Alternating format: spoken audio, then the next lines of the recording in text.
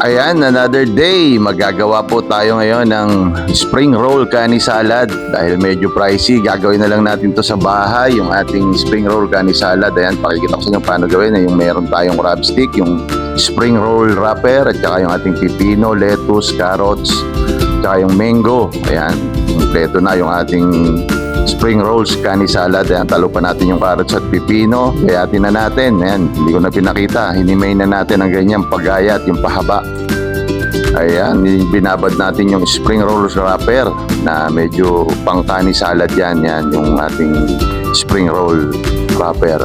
Ayan, pakita ko sa inyo kung paano balutin. Madali lang naman. Ayan, no? Dahil makapal yung spring roll kani salad, kala ko manipis eh. Ayan, no? Ayan, binalot na. Tinulungan ako ni Mrs. Ayan, para may video ko. Ayan, nakakatatlo na. Marami-rami kaming nagawa.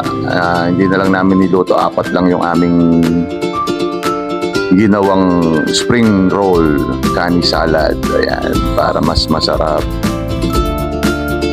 Yan, no? Kita nyo naman, napakadaling gawin. Pero medyo mahal yan pag binili mo sa labas.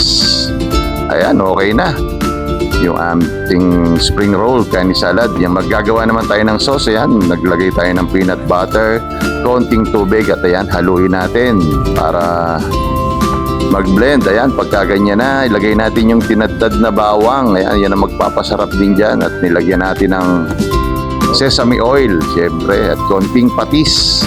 Nilagyan din natin ng konting sugar. At ayan, hinalo na natin. Yan ang ating magiging sauce ng ating spring rolls kani salad. Ayan, kita nyo naman, no? Hinatin natin sa gitna. Kita nyo naman yan, no? Napaka-healthy. Ayan, naka-prepare na yung ating spring roll kani salad at atin ang titikman syempre. Ayan, first bite. Grabe, napakasarap. Syempre, vegetable, healthy. Yung sausawan ng nagdala. Ayan, salamat po.